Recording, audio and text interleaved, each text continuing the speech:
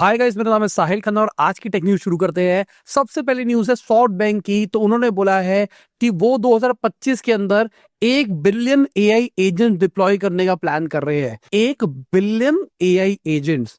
हो सकता है वो एआई एजेंट्स ही एआई एजेंट्स को बना रहे हो, बट ये बहुत बड़ा नंबर हो गया है भाई। वर्चुअली अगर देखा जाए तो दुनिया के सारे काम कर पाएंगे एजेंट। जिनको नहीं पता एजेंट है क्या, एजेंट एक ऐसा एआई है जिसको एक स्पेसिफिक टास्क के लिए ट्रेन किया गया है। फॉर एग्जाम्पल, आपने एक एजेंट बना रखा है जिसका काम है कोई भी टास्क आए तो वो टीम को बांट देना, बस छोटा सा काम है उसका।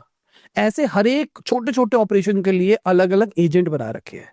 अगर आप चाहो तो एक बड़ा एजेंट भी बना सकते हो जो मल्टीपल टास्क कर सकता है। एग्जाम्पल के लिए, एक एजेंट ऐसा है जो कि पूरी कंपनी रन कर सकता है। बट कहानी ये है कि अगर एक ही एजेंट पूरी कंपनी रन करेगा तो उतनी एफिशिएंसी नहीं आती है और बहुत सारी प्रॉब्लम आती है। तो एक बेस्ट एजेंट का फ्लो क्या कहा जाता है कि भाई हर एक छोटे टास्क के लिए, एक बटन को दबाने के लिए भी आपने एजेंट लगा रखा है। तो क्या है, एक है पेरेंट एजेंट जो कि मल्टीपल एजेंट्स को केटर कर पा रहा है। उसके नीचे बाकी एजेंट्स हैं। तो एक तरह से कंपनी का फाउंडर है। कंपनी के फाउंडर के नीचे बहुत सारे मैनेजर पोस्ट के ऊपर बंदे हैं। मैनेजर पोस्ट के ऊपर उनके नीचे मैनेजर्स है, उनके नीचे एग्जीक्यूटर्स है। और एग्जीक्यूटर्स भी अलग अलग छोटे छोटे टास्कों के लिए। तो ये जितने भी काम करने वाली चीजें सारे अपने आप में एक एआई एजेंट है, मतलब एआई है जो कि टास्क कर सकता है। अब समझो कितना खतरनाक सीन होने वाला है इस साल के एंड तक। हम बहुत लंबी बात नहीं कर रहे हैं। तो जो एआई की एफिशिएंसी थी वो इंप्रूव होती हुई दिखाई देगी। टास्क देखो अभी क्या हो रहा है। अगर मैं एक एजेंट को कहता हूं कि जा भाई अमेजोन पे जाके ये वाली चीज मेरे लिए लेके आ जा, तो एजेंट जाता है, पूरा काम करता है, बहुत कुछ करता है, तब जाके वो काम होता है। बट क्या हो रहा है, अगर एक ही काम को करने के पीछे 5 स्टेप्स है तो 5 स्टेप कॉन्करेंटली भी शायद हो सकते हैं, जिसकी वजह से वो टास्क जल्दी परफॉर्म हो जाए। और जब मल्टीपल एजेंट्स एक जगह पे आएंगे तो हेलुसिनेशन कम होता हुआ दिखाई देगा, जो एआई की सबसे बड़ी प्रॉब्लम है। साथ में एफिशिएंसी इंप्रूव होती हुई दिखाई देगी, जो कि बहुत बढ़िया चीज है। जो सॉफ्ट बैंक के फाउंडर है उन्होंने तो बोल दिया है भाई, एआई एजेंट्स ह्यूमन प्रोग्रामर्स को जल्दी रिप्लेस कर देंगे। फुली ऑटोमेट कोडिंग को करने की यहाँ पे बात करी जा रही है। अब आप समझो ना, अगर इस लेवल का एआई स्ट्रक्चर होगा, एक एजेंट है जिसका खाली काम है सिंटेक्स चेक करना, एक है जिसका खाली स्पेसिफिक टाइप के वेबबुक्स बनाना, एक है जिसके स्पेसिफिक टाइप की एपीआईज बनाना, एक है जो खाली बटन के यूआई देखता है, एक है खाली जो नेविगेशन मार्ग देखता है। अब समझो ना, तो हर छोटे छोटे टास्कों का तोड़ दिया जाए और वो कितना एफिशिएंट हो सकता है। मान के चलो, एक एआई एजेंट है जो सिर्फ नेविगेशन के ऊपर काम करता है। अब उसको नेविगेशन की ट्रेनिंग दी जा रही है, नेविगेशन बार कैसे बनाई जाती है वगैरह वगैरह। सोचो कितना एफिशिएंट होगा, वर्सेस एक पूरा एजेंट है जो पूरी वेबसाइट बना रहा है। तो भाई मेरे हिसाब से तो बहुत खतरनाक चीज होने वाला है।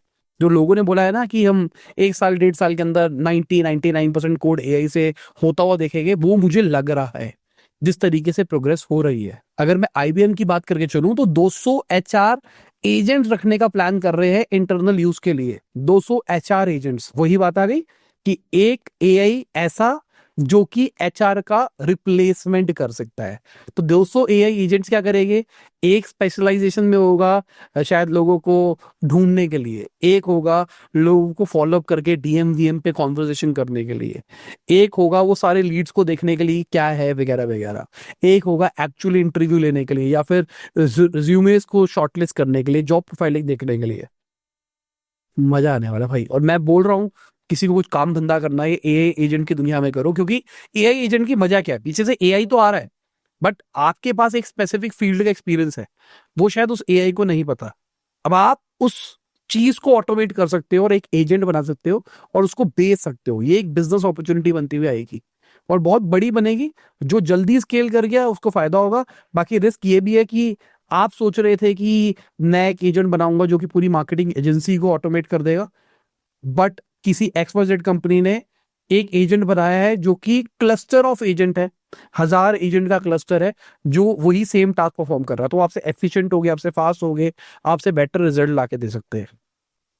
बट मैं कह रहा हूँ, स्टार्ट तो करो, फिर फिगर आउट करेंगे कैसे उनको आगे जाना है। और हाँ, आगे जाने से पहले याद देना चाहूंगा, आपने लाइक का बटन नहीं दबाया, लाइक का बटन दबा दो। चैनल को सब्सक्राइब अगर नहीं किया है तो बेल आइकन दबा दो।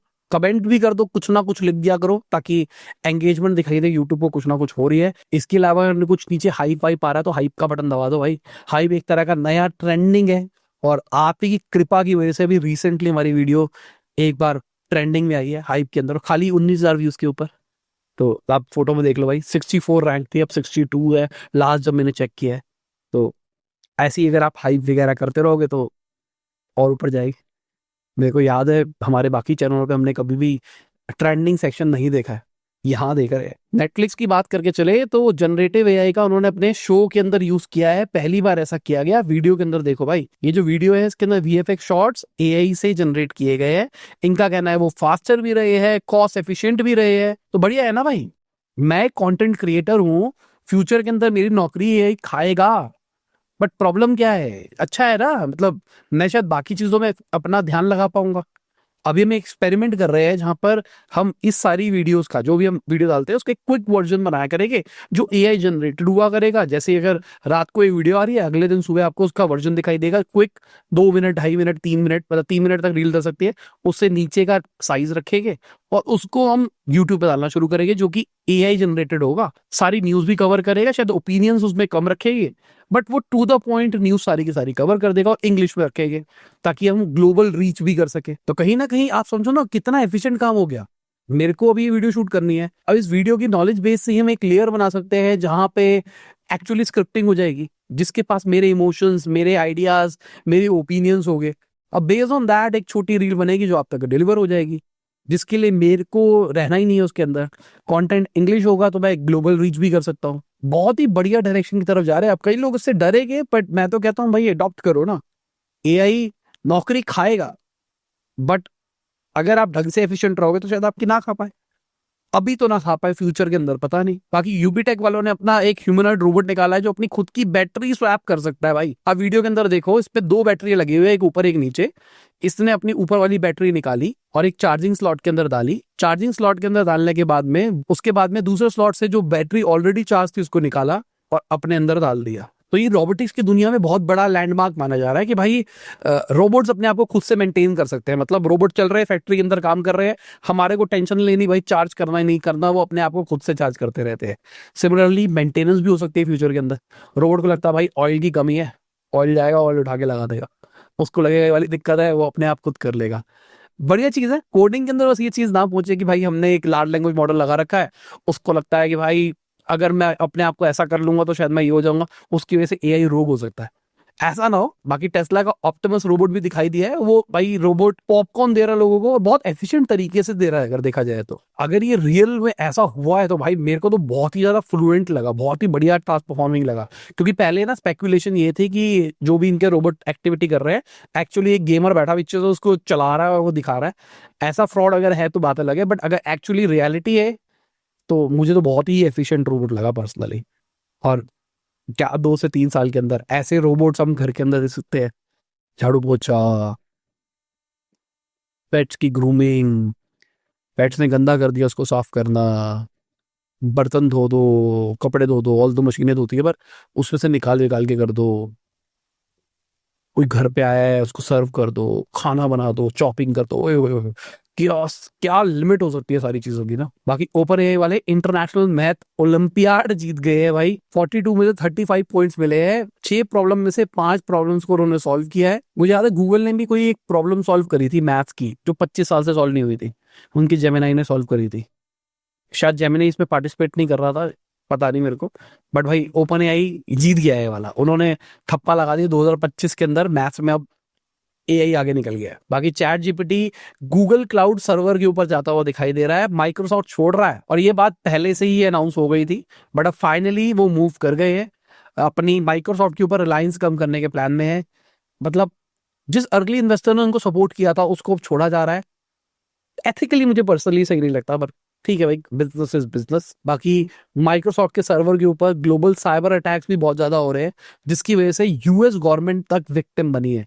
यूएस गवर्नमेंट का बहुत सारा डेटा वगैरह माइक्रोसॉफ्ट के सर्वर में है। आप समझो यूएस कंपनी है ना, यूएस कंपनी का डेटा यूएस में ही है ना, सिक्योर्ड है ना। डेटा तो लीक हो गया, आर्मी का डेटा लीक हो जाए फिर तो ये अभी जो एआई वाली दुनिया दिखाई दे रही है, रोबोटिक्स की दुनिया दिखाई दे रही है, सब कुछ क्लाउड लिंक होने वाली है। अब क्लाउड अगर हैक हो जाए तो पूरी कहानी खराब हो सकती है। तो इसलिए मैं कहता हूँ जो लार्ज लैंग्वेज मॉडल वगैरह है वो लोकली भी चलने चाहिए, उसके ऊपर ज्यादा काम होना चाहिए क्लाउड बेस के ऊपर कंपैरिजन में अगर देखा जाए तो। क्लाउड सिर्फ तभी वो कनेक्ट करे जब उसको लगे। हमारे शायद रोबोट में एंटीवायरस वगैरह भी आएंगे। बाकी मेटा वालों ने एप्पल वालों के 2 नए रिसर्चर्स को हायर कर लिया है, तबाही मचा रखी है मेटा वालों ने, कसम से कह रहा हूं मैं। तो उनको जो बंदा मिल रहा है, ये बंदा बढ़िया है खरीद लो, ये बंदा बढ़िया है खरीद लो। पूरी दुनिया के सारे एआई टैलेंट को मेटा वाला खरीदने का प्लान कर रहे हैं। और क्या करेंगे उससे, वेट एंड वॉच, मुझे लग रहा है कुछ बहुत बड़ा होने वाला है। बाकी परप्लेक्सिटी की बात करके चले तो वो चैट जीपीटी से आगे निकल गया ऐप स्टोर के अंदर, स्पेसिफिकली इंडिया के अंदर। अभी चीज हुई कैसे, मैं आपको समझा देता हूँ। एक चीज होती है एएसओ, ऐप स्टोर ऑप्टिमाइजेशन। इसमें एक बहुत आसान सी हैक होता है, वो ये होता है कि अगर आपकी वॉल्यूम ऑफ इंस्टॉल्स आपके कंप्यूटर से ज्यादा हो जाएगी तो आप उससे ऊपर आ जाओगे। ठीक है, सिंपल सा हैक है। अब इसको लोग कैसे यूज करते हैं, स्टार्टिंग के अंदर ऐप लिस्ट करते हैं, फिर एड्स चलाते हैं, जो हमारे कॉम्पिटिटर होते हैं उनसे ज्यादा एड्स चला के ऊपर ले जाते हैं। बेसिक ऑप्टिमाइजेशन हो रखी है, उसके बाद की बात कर रहा हूँ। तो हम अपने कॉम्पिटिटर से ऊपर आ जाते हैं, सिंपल सा वैस होता था। बट अभी परप्लेक्सिटी वालों ने क्या किया है भाई, इन्होंने फ्री दे दिया। अगर आप एयरटेल यूजर हो तो फ्री मिल रहा है। इसके चक्कर में बहुत सारे लोग डाउनलोड कर रहे हैं। अब बहुत सारे लोग डाउनलोड कर रहे हैं तो ये नंबर ऊपर जाता हुआ दिखाई दे रहा है। बाकी ऐप स्टोर के अंदर बड़ा है, और मैं ऐप स्टोर वालों को बोलूंगा जो एप्पल यूजर है, परप्लेक्सिटी को एक बार अपना एक्सेस दे के देखो और उसको अपने बटन के ऊपर मैप करके देखो क्या क्या टास्क कर रहा है भाई।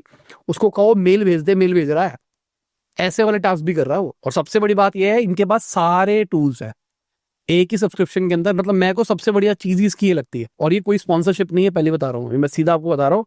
अच्छी चीज ये है कि भाई ग्रॉक भी चलता है, लेटेस्ट वर्जन मैंने यूज करके देख लिया, सही चल रहा है। इमेज जनरेशन भी चलते हैं, चाहे चैट जीपीटी वाले ले लो, कुछ भी ले लो, आपको क्लाउड भी मिलता है, आपको सारे टूल्स मिलते हैं, प्लस इनका खुद का सिस्टम भी है। तो कहीं ना कहीं चीज तो बढ़िया लग रही है ये। और ये परप्लेक्सिटी वाले पैसा भी बहुत खर्च कर रहे हैं मार्केट कैप्चर करने के लिए। ये मोबाइल फोन मैन्युफैक्चरर से बात कर रहे हैं कि भाई जो हमारा कॉमेट ब्राउजर है वो प्री इंस्टॉल्ड दो, मतलब प्री इंस्टॉल्ड पहले से इंस्टॉल होकर आएगा। सैमसंग वगैरह से बातचीत चल रही है, बड़ी बात है। गूगल क्रोम को रिप्लेस करने की बात करी जा रही है। अब गूगल क्रोम का ऑल्टरनेटिव तो लाना ही है, क्योंकि पीछे से बहुत ज्यादा प्रेशर आ रहा है कि खाली गूगल क्रोम ही सब कुछ कर रहा है, और कहीं ना कहीं एक अपॉर्चुनिटी क्रिएट हो सकती है कॉमेट के लिए।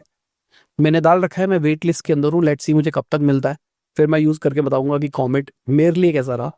बाकी तो मुझे लग रहा है कि थोड़ा एजेंटिक वेजेंटिक वाला काम भी इससे शायद बेटर तरीके से हो पाएंगे।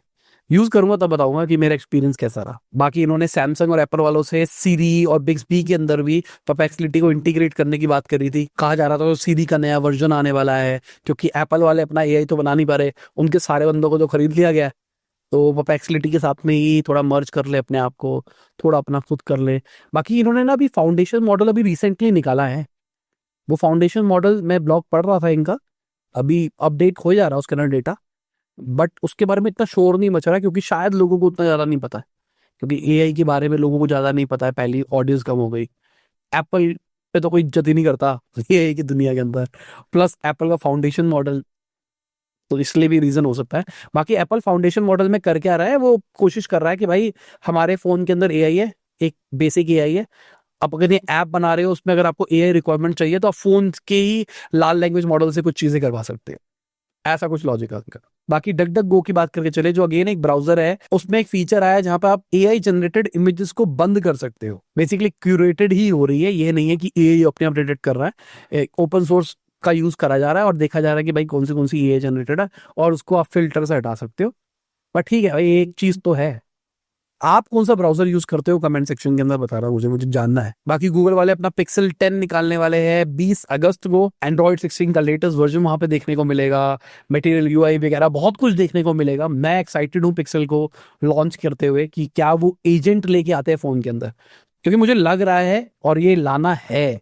कौन लाएगा सवाल ये है, क्योंकि देखो परप्लेक्सिटी अभी iOS के अंदर थोड़ा सा एजेंटिक फ्लो तो ला ही पा रहा है। गूगल ने अपने जेमिनी के साथ में भी थोड़े इंटीग्रेशन करने शुरू कर दिया पिछले कुछ टाइम में, जहां पे आप जेमिनी को बोल सकते हो कि मेल ड्राफ्ट कर दे, वो छोटे छोटे टास्क करने लग गया है।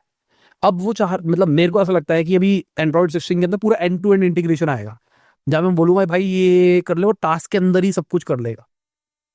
लेट्स सी क्या होता है, जहां पे मुझे लगता है मैं कुछ बोलूंगा और वो अपने आप एग्जीक्यूट कर लेगा। जैसे पेटीएम का एक्सेस है उसके पास में, फोन पे का एक्सेस है उसके पास में। तो जैसे ही मैंने उसको बोला भाई ये वाला प्रोडक्ट खरीद के दे दे, वो अपने आप मुझसे पूछेगा ये खरीद लूँ, ये खरीद लूँ, ये ऑप्शन है, हाँ ये बेटर लग रहा है मुझे, ठीक है मैं खरीदता हूँ। वो अपने आप ही खरीदा है। कहाँ भिजवाऊँ? घर पे, ऑफिस में? घर पे भिजवा दे, वो उसको घर पे अपने आप भिजवा रहा है। अपने आप ही फोन पे से डेटा ले रहा है, एड्रेस वेड्रेस अपने आप भर रहा है और सब कुछ देख पा रहा है। लेट्स सी, उम्मीद तो लग रही है। बाकी ऑनर वालों ने तो अपना एक फोन निकाल दिया अली बाबा के एआई के साथ में पार्टनरशिप करके। मैजिक V5 उसका नाम रखा गया है। क्विन 3 लार्ज लैंग्वेज मॉडल उसके अंदर यूज किया जा रहा है। आने दो फिर यूज करेंगे, मतलब मेरे पास कहाँ से आएगा, बट ढंग से इसके कुछ रिव्यूज आने दो, फिर यूज करके देख के फिर बताऊंगा कि क्या सीन है। क्या इसको लोकली रन किया जा रहा है या क्लाउड पे रन किया जा रहा है, क्योंकि अली बाबा का तो अब डेटा सेंटर की डायरेक्शन में जाने का पूरा प्लान है। तो उनका ये है कि हम अपने डेटा सेंटर्स बनाएंगे, एआई के ऊपर काम करेंगे। तो हो सकता है क्लाउड टाइप्स काम करे, बट अगर लोकली काम कर दे, ऑनर सीरीज मतलब इनकी फ्लैगशिप सीरीज नहीं है, उसके अंदर अगर लोकली वोकली कर दे, और इनका क्विन लोकली चल रहा है, मैंने अपने फोन में रन करके दिखाया था आपको, तो मजा आया भाई, मजा आ सकता है। बाकी एप्पल वालों ने जॉन प्रोसर जो कि एक यूट्यूबर है उनको सू किया है, क्योंकि iOS 26 के लीक्स करे गए हैं। और बेसिकली उनका ये कहना है कि भाई उनके एक एम्प्लॉय के फोन डिवाइस से निकाले गए सारी की सारी चीजें, और उसको रिवील कर दिया गया कि किस तरीके से ऐप होने वाली है, कैसा यूआई होने वाला है, जिसके चक्कर में ना हाइप नहीं बन पाई। देखो एप्पल का लॉजिक क्या होता है, Apple event is for hype. बाकी सारे ना पहले ही रिवील करते हैं, सैमसंग आने से पहले पता होता है, पिक्सल आने से पहले पता होता है। एप्पल में ऐसा नहीं हुआ करता था, बट अब ऐसा लग रहा है कि एप्पल में भी पता लग ही जाता है। तो कहीं ना कहीं एप्पल अब पिछले कुछ टाइम से फिर से थोड़ा बंद दीवारें करने की कोशिश कर रहा है कि भाई हम क्या लाने वाले हैं उस चीज के बारे में ज्यादा आगे ना पता लगे। बाकी कुछ निकाल तो रहे नहीं है, पता है छुपाएंगे क्या। कुछ करे ना भाई, कुछ करो एप्पल वालों, भाई कुछ नया करो। अब ये मत करना नया इवेंट करने वाले और नए फोन के अंदर तुमको भाई परपेक्सिलिटी का 1 साल का सब्सक्रिप्शन हम आपको फ्री दे रहे हैं, ऐसी भी भसुड़ी मत पाल लेना तुम।